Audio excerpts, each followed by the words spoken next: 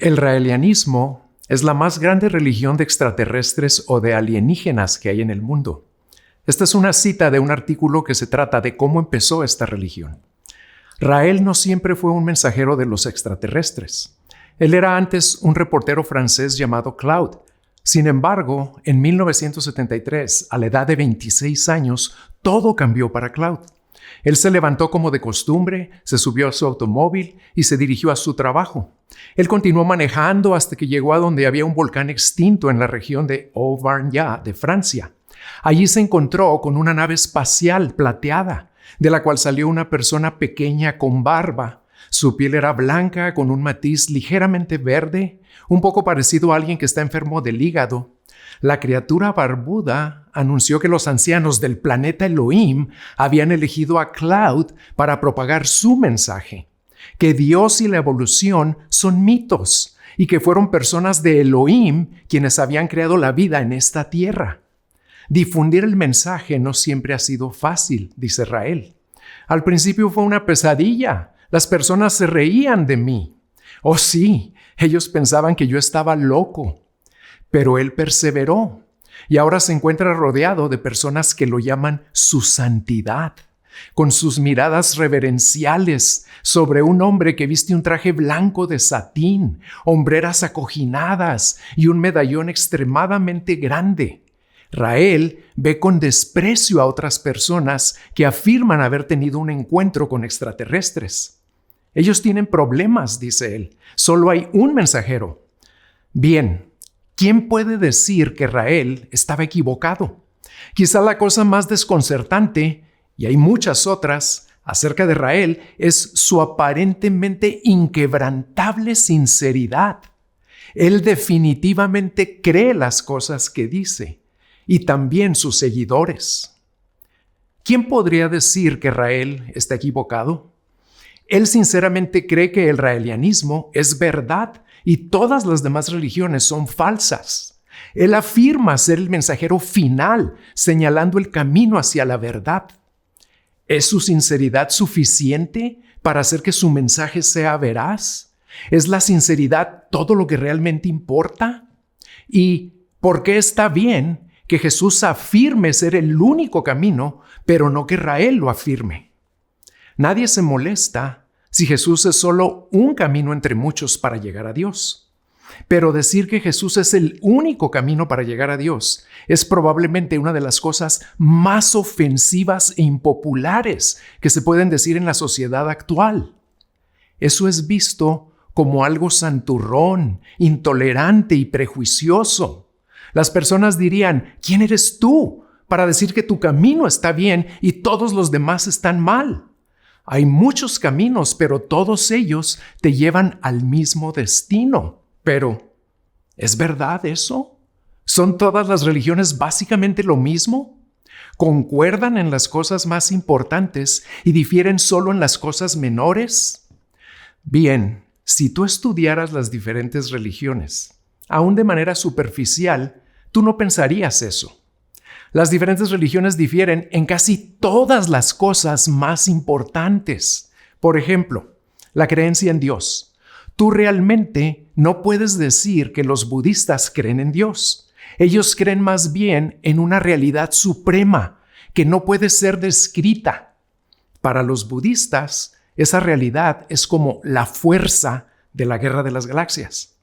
Los hinduistas creen que existen miles o incluso millones de dioses. Los musulmanes, los cristianos y los judíos creen en un solo Dios, pero de maneras muy diferentes. Las religiones también difieren drásticamente en cuanto a cómo son los seres humanos, si son buenos o si son malos, y en cuanto a cuál es el significado de la vida, y en cuanto a cómo tener una relación con Dios. Los musulmanes creen que tú debes practicar fielmente los 5 pilares del Islam. Recitar el Shahad, orar, ayunar, dar y peregrinar. Los budistas dicen que si tú te esfuerzas lo suficiente, es posible que puedas alcanzar una realidad espiritual y obtener la libertad del sufrimiento. Algunos hinduistas Creen que se requiere un promedio de 600,000 vidas o reencarnaciones para que tu karma esté en el nivel donde puedas alcanzar nirvana. Los cristianos creemos que somos salvos no por nuestras obras, sino por confiar en la obra terminada de Cristo en la cruz para obtener el perdón. ¿Es posible creer y practicar estas cosas al mismo tiempo? ¿Pueden todas estas religiones principales ser la verdad? Los cristianos adoran a Jesús. Los musulmanes creen que adorar a Jesús te mandará al infierno. Los cristianos creen que fuimos creados para desear dar gloria a Dios. Y los budistas creen que casi todos los deseos conducen al sufrimiento. Los cristianos creen que debemos interesarnos en las personas que mueren en las calles, como lo hizo la Madre Teresa. ¿Es realmente posible que todos estos caminos estén bien, que todos ellos conduzcan a Dios? ¿Y tiene Jesús algo que decir acerca de esto?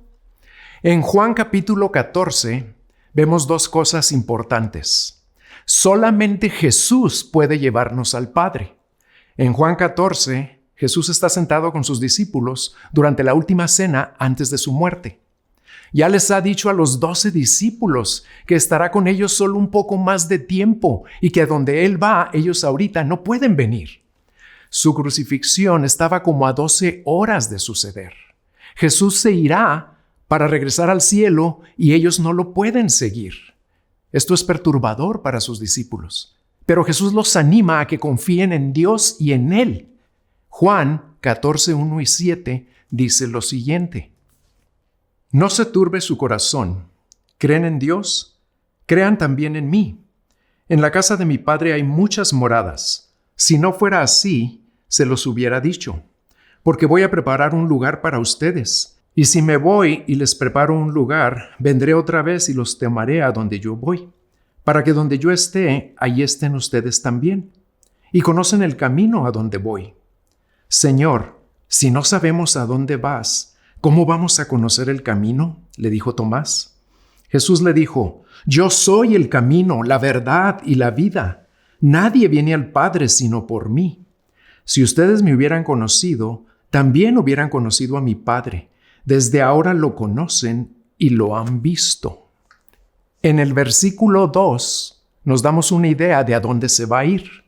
Él regresará al cielo, a la casa de su Padre, la cual Jesús describe como una casa con muchas moradas. En el versículo 3 nos muestra por qué o para qué se va.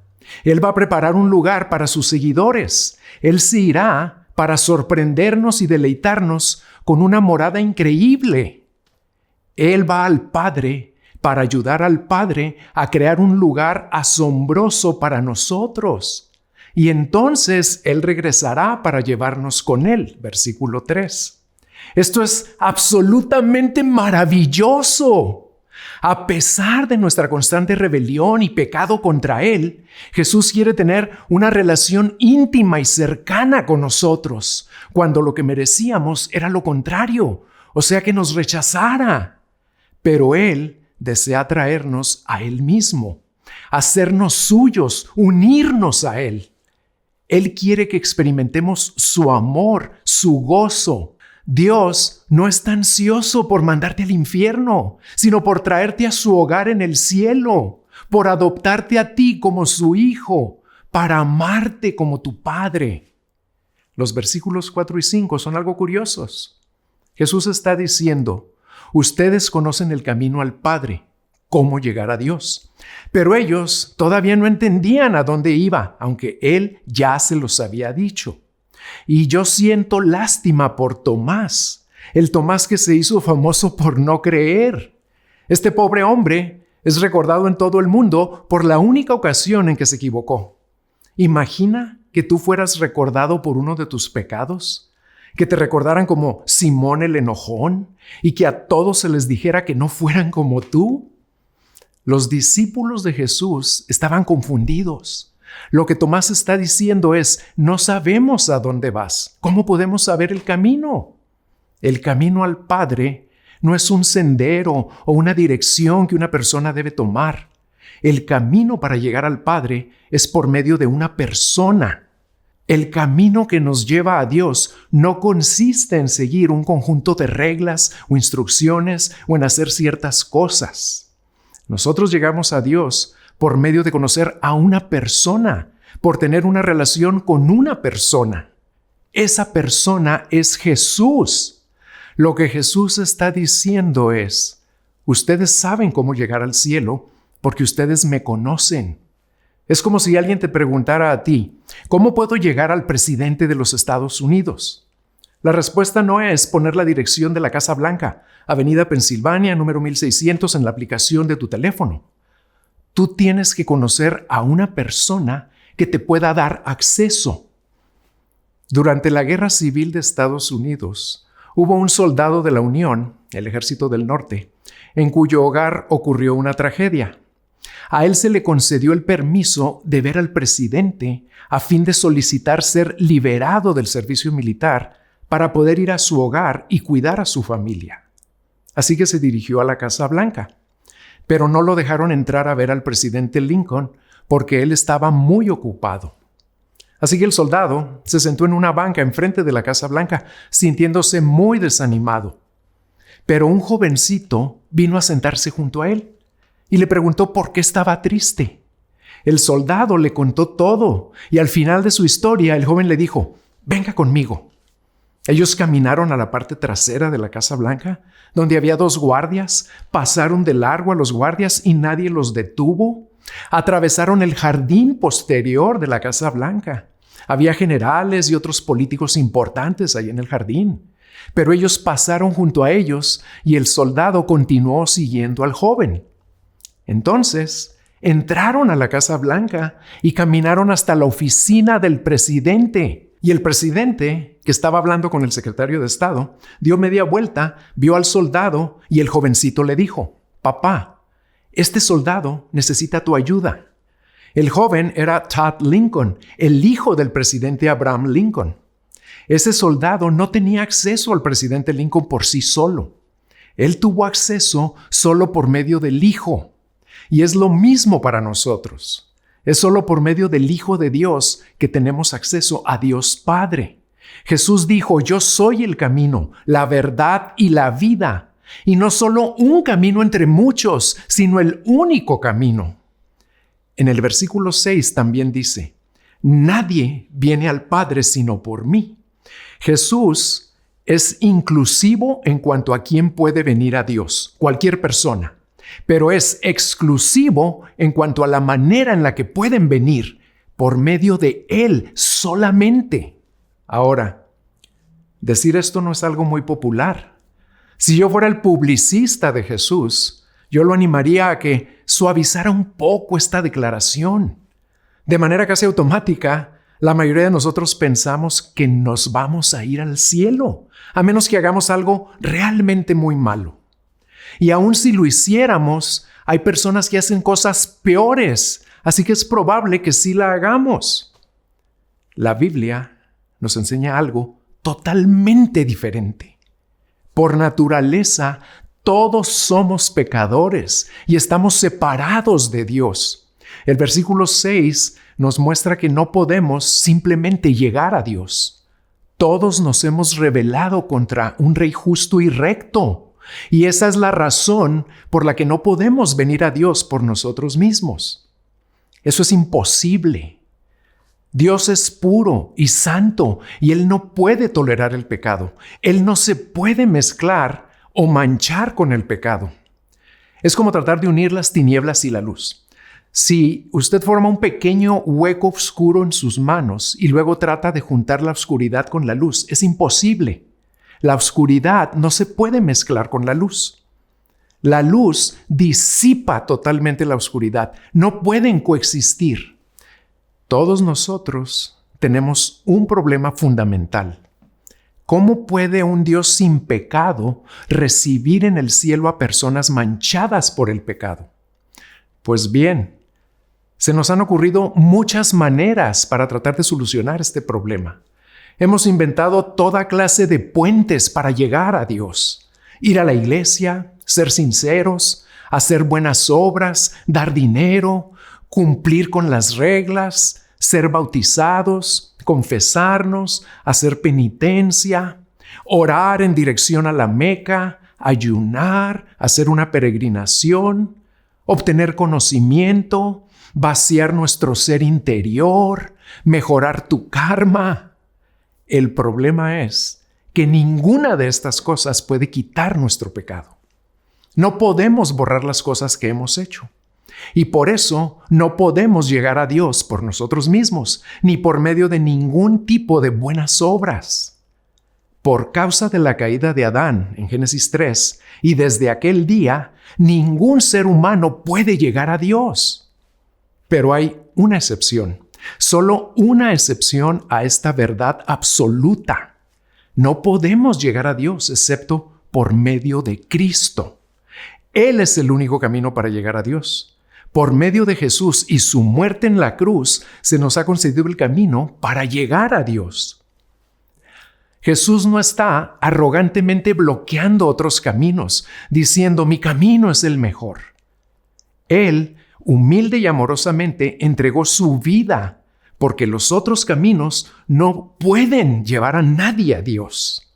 Son caminos sin salida, que conducen solo a la muerte. Jesús es el camino a Dios. Él es el puente. Más específicamente, su muerte en la cruz es el puente.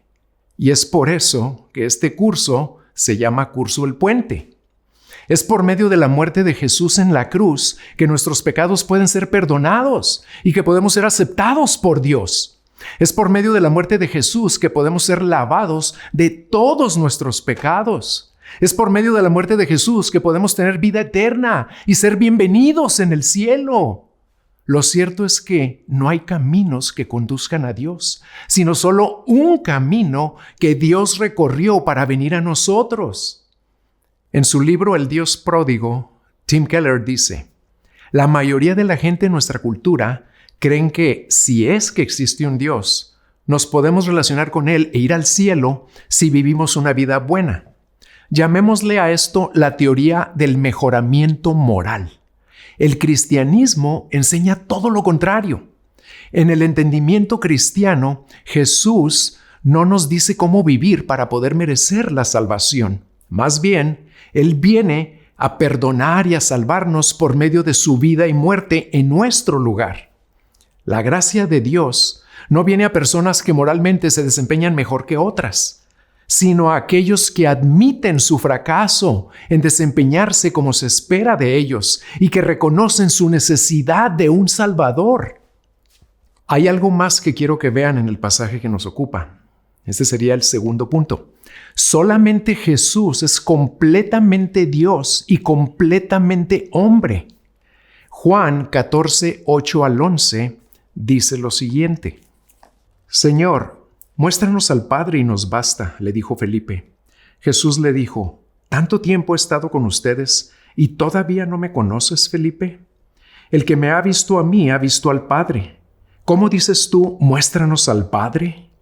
¿No crees que yo estoy en el Padre y el Padre en mí? Las palabras que yo les digo no las hablo por mi propia cuenta, sino que el Padre que mora en mí es el que hace las obras. Créanme que yo estoy en el Padre y el Padre en mí, y si no, crean por las obras mismas. Sigamos su lógica. Jesús está diciendo, si ustedes realmente me conocen, entonces ustedes ya conocen al Padre. Y puesto que ustedes sí me conocen, ustedes por lo tanto conocen al Padre. Inmediatamente después de esto, a Felipe se le ocurre una idea y dice, Señor, muéstranos al Padre y nos basta. ¿Qué le pasa a Felipe? Felipe básicamente está diciendo, mira, si tú nos muestras al Padre, eso será suficiente para nosotros. Eso es todo lo que necesitamos. Y Jesús le dice, ¿que no me conoces? Si me has visto a mí, has visto al Padre. Jesús está afirmando ser Dios.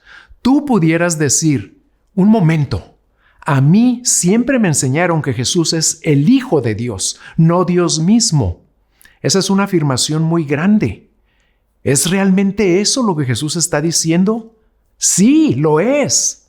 Otros grandes líderes religiosos dijeron, este es el camino, esta es la verdad, esta es la vida. Pero Jesús dijo, yo soy el camino, yo soy la verdad, yo soy la vida.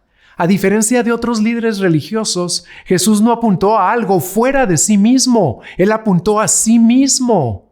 Como 1500 años antes del tiempo de Cristo, Dios se le apareció a Moisés por primera vez. En el capítulo 3 de Éxodo, versículos 13 y 14, leemos esto. Moisés le dijo a Dios, si voy a los israelitas y les digo, el Dios de sus padres me ha enviado a ustedes, tal vez me digan, ¿cuál es su nombre? ¿Qué les responderé? Y dijo Dios a Moisés, yo soy el que soy. Y añadió, así dirás a los israelitas, yo soy me ha enviado a ustedes. Cuando Jesús dijo, yo soy el camino, Él estaba usando el nombre de Dios, estaba afirmando ser Dios. La gente no tiene problema con creer que Jesús fue humano. Muy pocos dudarían eso.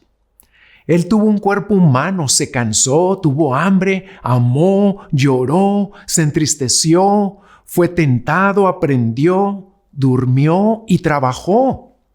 Pero muchas personas dicen que Jesús fue solamente humano, un gran líder religioso, pero no Dios. El problema con esta opinión es que Jesús sabía y enseñó que Él era Dios. Él es Dios Hijo, la segunda persona de la Trinidad. Si yo tuviera que escoger un versículo para demostrar esto, escogería Juan 10:30, en donde dice, yo y el Padre somos uno. Tú podrías pensar que Jesús solo estaba hablando en lenguaje figurado, como si yo dijera, mi esposa y yo somos uno.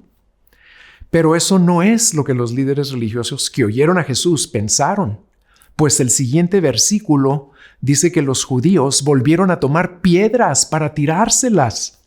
Entonces Jesús les dijo, les he mostrado muchas obras buenas que son del Padre. ¿Por cuál de ellas me apedrean? Los judíos le contestaron, no te apedramos por ninguna obra buena, sino por blasfemia y porque tú, siendo hombre, te haces Dios. Es claro que Jesús afirmó ser Dios, pero el solo hecho de que alguien afirme ser Dios no lo hace Dios. ¿Qué evidencia existe para respaldar esta afirmación de ser Dios? ¿Cómo podemos poner a prueba la afirmación de Jesús de que Él es Dios? Hay solo 3 posibilidades. No era Dios y Él lo sabía, mentiroso, malvado. No era Dios y Él no lo sabía, lunático. Él es Dios y Señor. Este argumento fue elaborado por C.S. Lewis y a veces se le llama mentiroso, lunático o Señor. Y C.S. Lewis dijo esto, un hombre que fuera simplemente un hombre y dijera las cosas que Jesús dijo, no sería un gran maestro moral. Él sería o un lunático al mismo nivel de alguien que dice ser un huevo tibio, o sería el diablo del infierno. Tú debes hacer tu elección. O este hombre era y es el Hijo de Dios, o es un loco o algo peor. Pero no salgamos con una tontería que nos lleve a creer que era solo un gran maestro humano. Él no nos ha dejado esa opción abierta. No tuvo la intención de hacerlo. Un breve examen de su vida nos demuestra que Él no es un mentiroso, ni un lunático. Sus enseñanzas son consideradas las más grandiosas que hayan jamás salido de los labios de alguien. Ellas son la base de la civilización occidental y de su sistema legal. Nadie puede mejorar sus enseñanzas. Él dijo, ama a tus enemigos, haz bien a los que te aborrecen. Lucas 6:27. Todo cuanto quieran que los hombres les hagan, así también hagan ustedes con ellos. ¿Fue el hombre que dio todas estas enseñanzas un mentiroso? ¿Y qué en cuanto a sus obras? Convirtió el agua en vino, hizo a los paralíticos caminar, a los ciegos ver, liberó a los poseídos por demonios, calmó tormentas, curó enfermedades, caminó sobre el agua. Miles fueron alimentados con unos pocos panes. y aún a los muertos volvió a la vida. ¿Son estas las obras de un lunático? En el versículo 11, lo que Jesús dice es: si ustedes no creen que mis palabras son verdaderas, entonces, ¿cómo explican todos los milagros? Nadie jamás ha hecho las cosas que Jesús hizo. Una cosa es afirmar ser Dios. Cualquier persona puede hacer eso. Pero otra cosa es demostrar que tú eres Dios. ¿Y qué acerca de su amor? Especialmente para con los difíciles de amar y los rechazados. O por los pecadores, los enfermos, los leprosos, los desechados, las mujeres, quienes eran consideradas ciudadanas de segunda clase. Jesús ama a aquellos que nadie ama. Él ofrece su amistad a los rechazados, los que están sufriendo, los solitarios. Él derriba barreras sociales, raciales, morales, religiosas, para mostrar amor a los perdidos y sin esperanza. Y la demostración suprema de su amor se observa mientras Él muere en la cruz. Su cuerpo ensangrentado fue clavado a un madero por 6 horas. Él fue aplastado y juzgado por la ira y la furia de Dios y lo soportó por causa de su gran amor por nosotros. ¿Piensas tú que esta clase de amor viene de un mentiroso malvado o de un lunático engañado? Solo hay 3 posibilidades realistas. Jesús era y es el Hijo de Dios. Pues de no serlo, es un mentiroso o un lunático. ¿Fue en realidad un lunático loco? ¿Es posible que él fuera un mentiroso malvado? No muchas personas están dispuestas a llamar a Jesús malvado o loco. ¿Qué significa todo esto? Significa que Jesús es completamente humano y también completamente Dios. Cierto autor dijo: cuando tú has eliminado lo imposible, lo que queda, sea lo que sea, por improbable que parezca, debe ser la verdad. C.S. Lewis lo resume de esta manera: somos entonces confrontados con una alternativa aterradora. El hombre de quien estamos hablando fue y es exactamente lo que él dijo ser, pues de no serlo, es un lunático o algo peor. Ahora, a mí me parece obvio que él no era ni un lunático, ni un loco, y por consiguiente, por extraño o aterrador o improbable que pueda parecer, yo tengo que aceptar la idea de que Él era y es Dios. Dios ha aterrizado en este mundo ocupado por el enemigo, en forma humana. Nadie se molesta si Jesús es solo un buen maestro moral, solo uno más entre muchos. Pero si Jesús es solamente humano, entonces, como nosotros, está manchado de pecado y no nos puede salvar. Él no podría morir por nosotros porque Él tendría que pagar por su propio pecado. Si tú me pidieras que muriera por tu pecado, yo no podría hacerlo, porque yo tengo mis propios pecados por los que alguien debe pagar.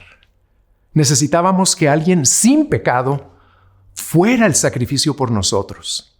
Y solo Dios es sin pecado. Pero si Jesús fuera solo Dios, entonces Él no podría morir, porque Dios no puede morir. Y nuestros pecados no serían expiados. Para ser nuestro Salvador, Jesús tenía que ser completamente humano y completamente Dios.